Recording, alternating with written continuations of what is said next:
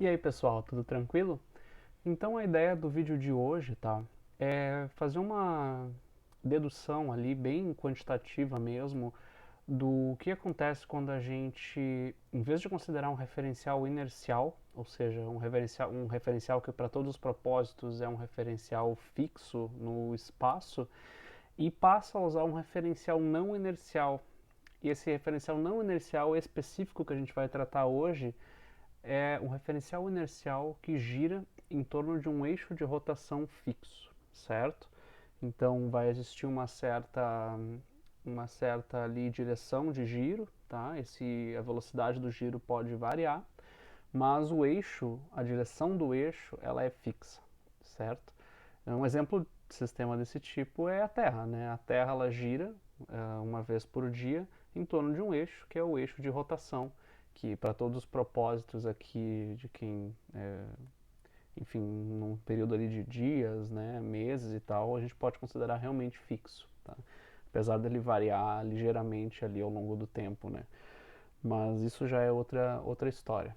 Então, vamos dar uma olhada nisso, tá? E ver que tipo de coisas interessantes aparecem. Tá? A ideia hoje é fazer uma dedução bem, digamos assim, direta mesmo, e as implicações ali práticas e filosóficas disso a gente discute num próximo vídeo, certo? Então, vamos ali para o quadro. A ideia é a seguinte, tá? A gente começa então considerando um sistema de coordenadas tal que este eixo daqui de cima eu vou chamar de eixo Z, e aqui embaixo a gente vai ter o eixo X e o eixo Y, tá? A gente vai escolher esse sistema de coordenadas de forma que o eixo de rotação vai ficar perfeitamente alinhado com o eixo Z, tá? A gente tem essa liberdade e também por convenção a gente vai escolher esse sistema de coordenadas tal que essa daqui seja a direção do giro, tá?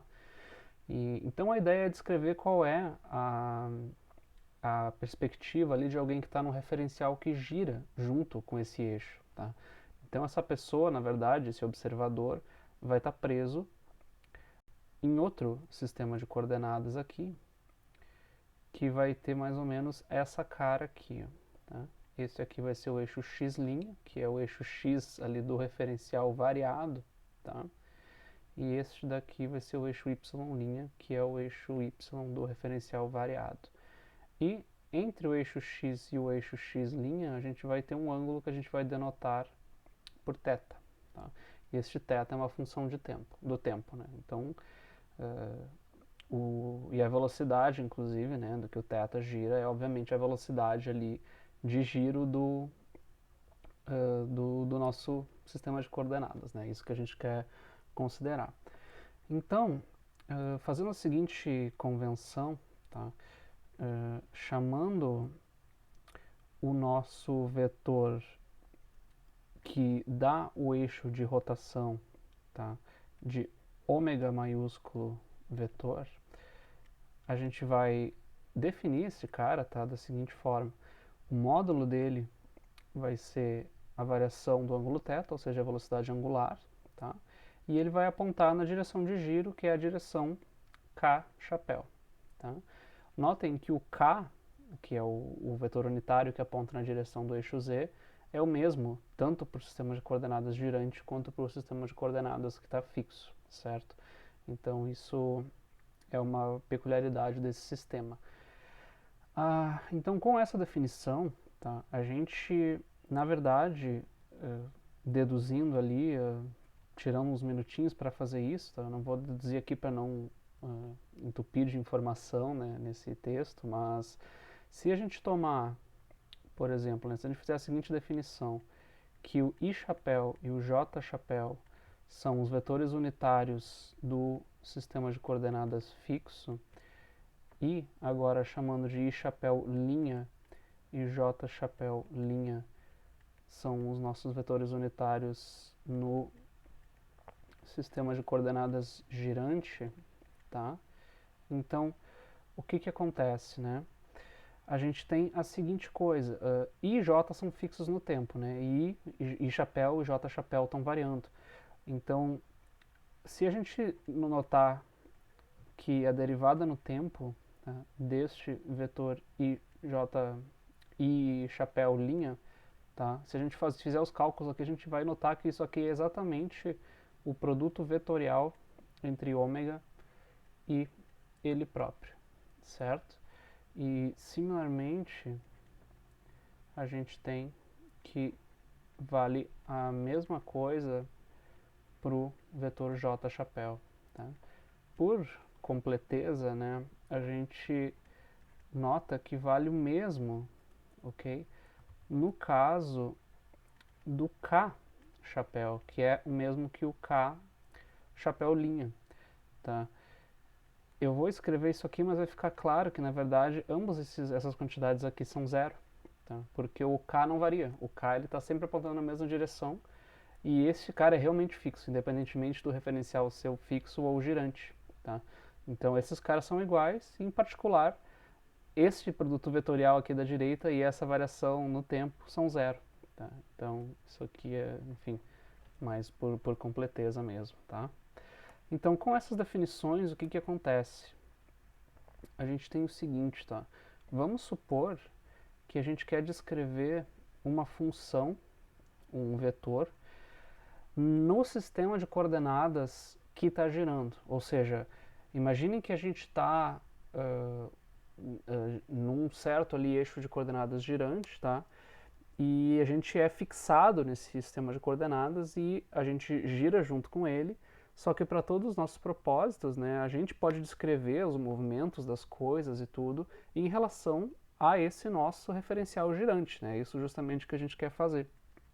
Então, a gente vai considerar uma função que eu vou chamar aqui genericamente de f vetor. Tá? Essa é uma função vetorial qualquer e ela, em geral, vai ter três partes, né? A f1, a componente 1, que depende de t, que vai estar descrita no meu referencial girante, tá? Então, como se eu estivesse fixo no referencial girante, então vai ser f1 na direção do i girante, f2 na direção do j girante e f3 na direção k girante. Então, só para ficar ainda mais claro, tá? Se eu puser, por exemplo, f1 igual a uma constante, tá? O que quer dizer, né? Quer dizer que a minha função vai estar sempre apontando, por exemplo, uma unidade na direção do i chapéu linha. Então, eu vou ter sempre uma unidade aqui acompanhando o eixo x', tá? Então, no referencial girante, esse cara é fixo, mas no referencial que está parado, ele na verdade está girando, tá? Então, essa é a ideia. A gente quer descrever o que uma função nesse referencial girante faz com a percepção do movimento dos objetos. Tá? Então, por isso que a gente vai considerá-la dessa forma daqui. Tomando, então, tá, a derivada temporal dessa função, que é o que a gente vai usar no fim das contas para calcular a velocidade depois e a aceleração, a gente observa o seguinte, né? A gente vai ter uma regra do produto, porque cada um desses termos aqui depende do tempo, né? Os vetores girantes dependem do tempo, porque eles giram, e em relação ao eixo fixo, né, claro, e as funções ali, as coordenadas também dependem do tempo, né. Então a gente vai ter dois grandes termos aqui, na verdade. O primeiro vai ser o seguinte, a gente tem, bom, a df1 dt, né, a derivada do primeiro ali, mais, similarmente, df2 dt j chapéu linha mais df3 dt, aqui por entre parênteses para ficar bem claro, vezes k'. Essa é a primeira parte da regra do produto. Tá? A segunda parte é a seguinte, né? A gente vai derivar todos os vetores unitários aqui. Então o que vai acontecer? Né? A gente vai ficar com f1 vezes a derivada do i chapéu linha, mais f2 vezes a derivada do j chapéu linha. Só que, pelo que a gente viu aqui em cima, né, a derivada de cada um deles é a mesma coisa que eu pegar o vetor ômega e fazer o produto vetorial com o vetor unitário em si que eu estou considerando, né? Então, o que vai acontecer? Eu vou ter, neste caso daqui, a seguinte coisa. Vai ter um F1, ômega vetorial e chapéu, mais F2, ômega vetorial J, chapéu linha, né, no caso, mais F3, ômega vetorial K, chapéu linha. Só que a coisa interessante, né, é que a gente vê que a gente tem esse ômega chapéu produto vetorial em todos os termos, tá? Então a gente pode tirar este produto vetorial ali dessa expressão, né, e trazer ele aqui para fora, tá? Porque o produto vetorial ele é uma operação distributiva, né? Então a gente vai ficar com isto daqui, ok?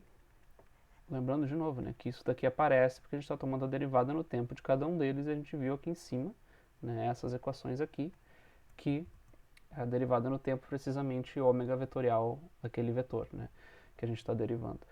Então o que a gente percebe é o seguinte, tá?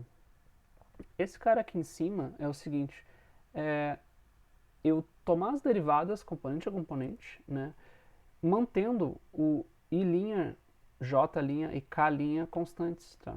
Então o que é isso, né? O que é eu manter eles constantes, né? Na verdade, essa é exatamente a perspectiva de alguém que está no referencial girante. Ou seja, se eu estou fixado naquele referencial girante, para mim, de fato, I, J e K não variam, porque eu, por definição, estou fixo naquele referencial, ok? Então, isso daqui, na verdade, é a velocidade deste vetor aqui, a derivada no tempo, né, deste vetor, só que vista do referencial girante. Tá? Então eu vou denotar isso aqui por um subscrito g. Então é como eu pegar essa função e derivar ela no tempo, supondo que eu estou fixo naquele referencial. Tá? Então este é o primeiro termo. E o segundo, bom, isso dali é ômega, né, vetorial. Isso daqui de dentro é justamente o próprio vetor f, né, como a gente definiu ali em cima. Então, na verdade, o que a gente tem, né, se a gente puser isso numa notação de operador, o que acontece? É como eu pegar a derivada no tempo da perspectiva de quem está girando, seguida do produto vetorial ali, e multiplicar, né, entre aspas, aplicar isso na função f. Então, isso daqui nos dá uma receitinha do que fazer quando a gente quer derivar no tempo uma função que está definida ali com a base no referencial girante. Tá? A conclusão é esta daqui. df dt é precisamente aquilo ali que a gente definiu. Então é ddt no referencial girante mais ômega vetor produto vetorial aplicado na nossa própria f. Tá? Então isto daqui nos dá a regra que a gente vai usar. E a gente vai aplicar isso aqui justamente agora no vetor posição, que é para a gente obter as velocidades e as acelerações, né? Relacionar as velocidades e as acelerações no referencial fixo com as do referencial girante e ver o que vai aparecer de interessante ali, ok? Então vai ser o seguinte, tá? A gente considera inicialmente, então, um vetor R, tá? Que é o nosso vetor posição, que ele depende do tempo, né? E a gente está supondo que ele está expresso ali, né, na base do referencial girante, certo? E o que então que a gente quer fazer, né? A gente quer primeiro calcular a velocidade. Então, o que é a velocidade? Simplesmente dr dt, né? Então, quer dizer, bom, o R a gente vai, no final, né, definir ele como sendo algo ali que a gente vai expressar em função do que está no referencial girante, tá? Mas aplicando aquela regra que a gente viu, né, isso aqui é simplesmente dr dt no referencial girante mais ômega produto vetorial R, ok? Então isso daqui, né, eu pegar a derivada daquele vetor posição ali no tempo, é a mesma coisa que eu ir para o referencial girante, tomar a velocidade dele ali, considerado que eu estou fixo naquele referencial, e ainda somar um termo que corresponde à rotação que aquele vetor sofreu, né, devido ao fato do referencial girante girar em relação àquele referencial que anteriormente era fixo. Tá? Então, essa daqui é a nossa velocidade. Só que o que a gente quer, no fim das contas, é a aceleração. Né? Então, o que a gente quer fazer, na verdade, é agora calcular mais uma vez a derivada no tempo disso daqui, que vai nos dar a derivada segunda da posição, que é a aceleração. Né? Então, isso daqui, aplicando aquele nosso operador de novo, né? O que que é? A gente primeiro pega a derivada no tempo do ponto de vista do referencial girante, depois faz o produto vetorial, tudo isso em relação ao que a gente quer derivar, né? Mas o que a gente quer derivar é a velocidade, que é o que a gente obteve logo aqui em cima. Então, a gente vai aplicar isso daqui para dr dt no referencial girante, mais ômega vetorial r. Tá? Então, vamos distribuir, né, esses termos aqui. A gente primeiro aplica este operador no primeiro termo, depois no segundo. Similarmente, este e este aqui depois. Tá? Então, a gente vai ter alguns termos aqui. Quais termos vão ser esses? Né? Aqui a gente tem uma derivada de r no referencial girante, e a gente vai derivar novamente no referencial girante. Então, aqui a gente vai ter a derivada segunda de r no referencial girante, que vai ser a aceleração do objeto na posição R vista do referencial girante, que é justamente o que a gente queria obter, ok? Mas agora a gente tem que também calcular os outros termos, né? Então a gente vai derivar em relação ao referencial girante este produto, só que ambos ômega e R variam no tempo, né? Mesmo no referencial girante. Então, o que vai acontecer? A gente tem uma regra do produto. Deriva então primeiro o ômega, né? Lembrando que a direção do ômega não varia, né? O que varia é a magnitude do ômega, que pode girar mais rápido ou mais devagar.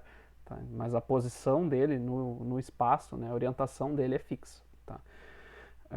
Então, d ômega vetor visto no referencial girante, vetorial R. Agora a gente pega o segundo termo, que é ômega vetor. Agora, derivada do segundo, vista ali no referencial girante. Esses dois termos dão conta daquela segunda derivada ali. Agora, a gente tem ainda essa parte do ômega vetor, vetorial, aquele outro cara. Então, ômega vetor dr dt vista do referencial girante, mais, finalmente, né, ômega vetorial R. Né? Eu coloquei entre parênteses aqui porque o produto vetorial não é associativo. Né? A gente não consegue só trocar a ordem dos parênteses assim, senão vai dar problema. Tá? Então, essa daqui é a nossa aplicação ali, né, de todos os pontos, mas a gente pode fazer umas mudanças um pouco mais simples. Tá? Essa primeira parte a gente viu que não tem muito o que fazer, né? d quadrado r dt visto no referencial girante, não tem muito como melhorar. Mas vamos ver agora aqui o d ômega dt no referencial girante. Tá? O ômega só varia, ele está apontando só na direção z. Né? E o referencial girante, ele só varia no tempo ali no plano xy. Tá? Então o que acontece? Tomar a derivada no tempo de um cara de um eixo ali que é o mesmo, tanto no referencial fixo quanto no referencial girante, não importa se eu tomar a derivada no tempo em relação ao referencial girante, ou seja, com subscrito g, ou só tomar a derivada no tempo. Afinal, aquele eixo, aquela função é exatamente a mesma nos dois referenciais. Tá? Então, para ter uma complicação a menos, eu posso tirar aquele subscrito g e só tomar a derivada no tempo ordinária mesmo, que vai dar na mesma coisa, porque essa função está definida numa direção ali que não vai variar entre os referenciais. Tá? Então a gente vai ter este cara daqui. Esses outros dois termos tem um ômega vetor dr dt visto no referencial girante e um outro cara aqui exatamente igual. Tá? Então a gente vai ter duas vezes ômega produto vetorial dr dt no referencial girante. Tá? E por último, a gente vai ter aquele termo ali, que é o ômega, produto vetorial ômega, produto vetorial R. Tá? E isso daqui, na verdade, é a coisa legal que a gente queria achar. Porque qual foi a nossa conclusão, né?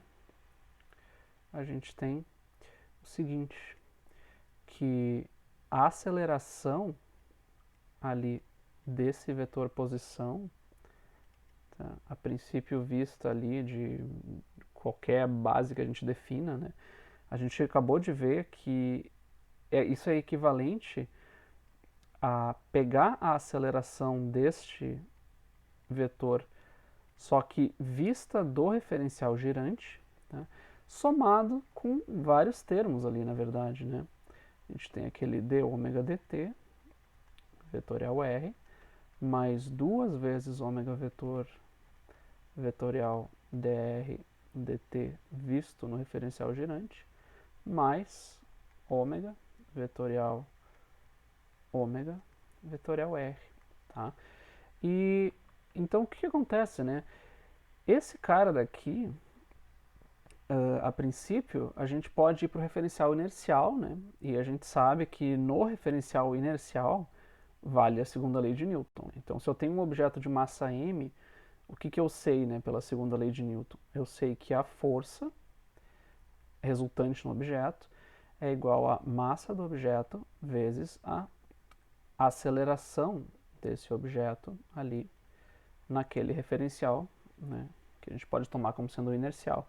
Mas a gente sabe que isso daqui, visto do cara não inercial, ele vai ter esta outra forma daqui, né? Então, o que vai acontecer? A gente vai ter agora um m, né? E agora, tudo aquilo ali que a gente viu calculado ali dentro. Tá? Então, mais d ômega dt r vetor mais 2 ômega dr dt g mais ômega vetorial R. Tá?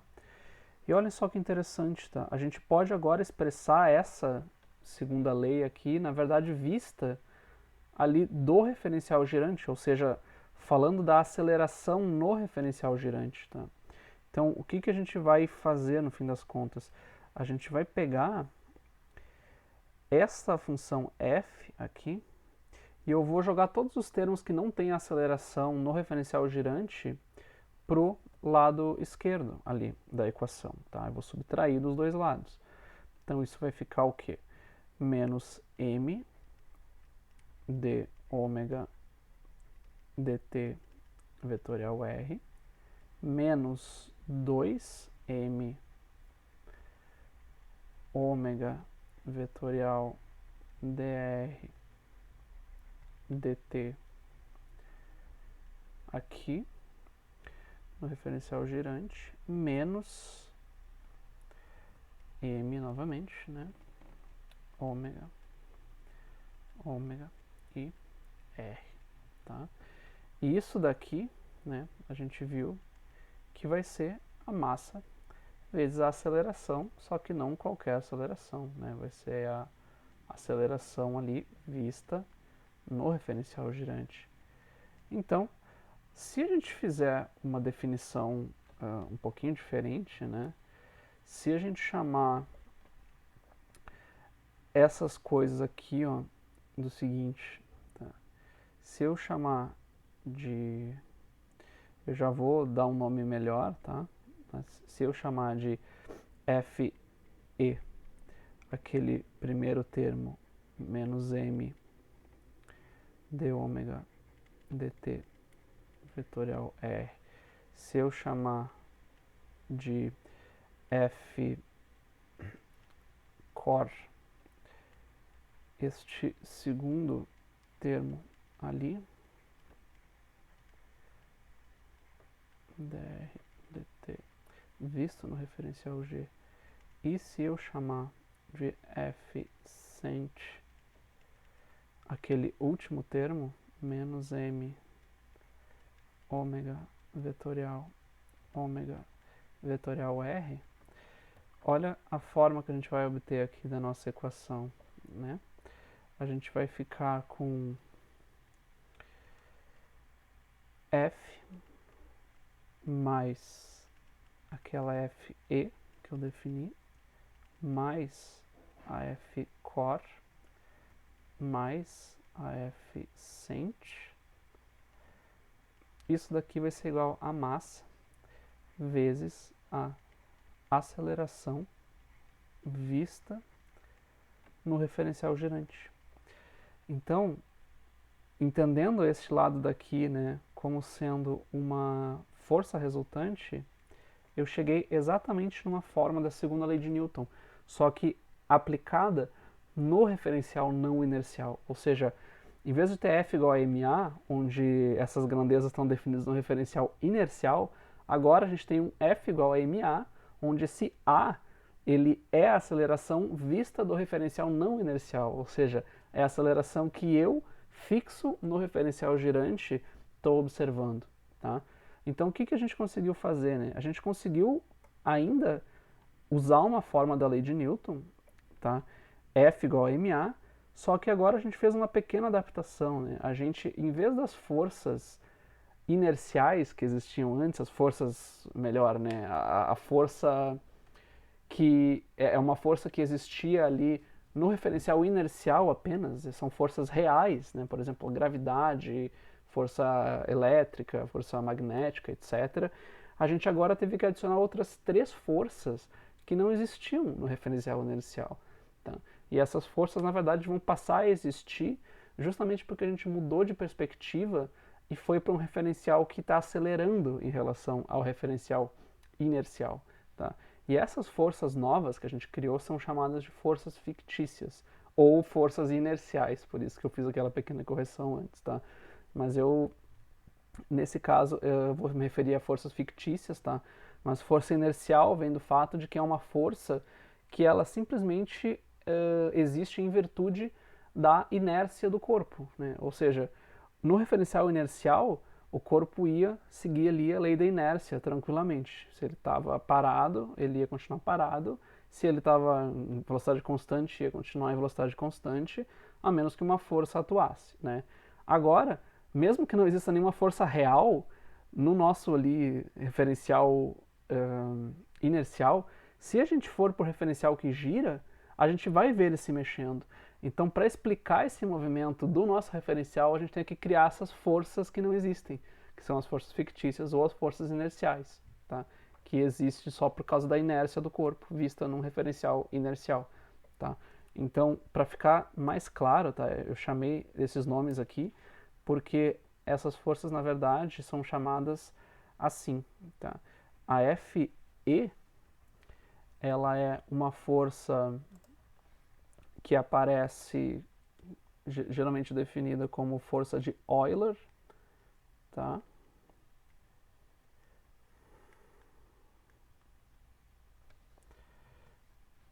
Probleminha aqui.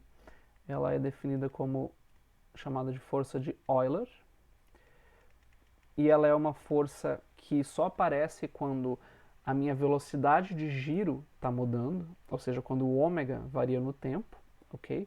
Esta segunda força daqui é a nossa força de Coriolis, tá?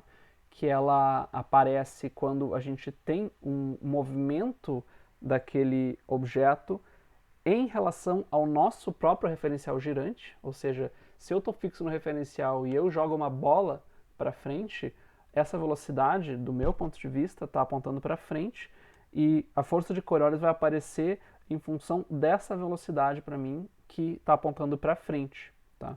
Então vai acontecer alguma coisa ali que depende dessa velocidade no meu referencial e não um referencial inercial. tá? E a última força é a força chamada de força centrífuga, tá? Que ela daí depende ali apenas da posição, né? Nesse caso a posição originalmente vista do referencial inercial, tá? Mas ela depende ali da posição e apenas ali da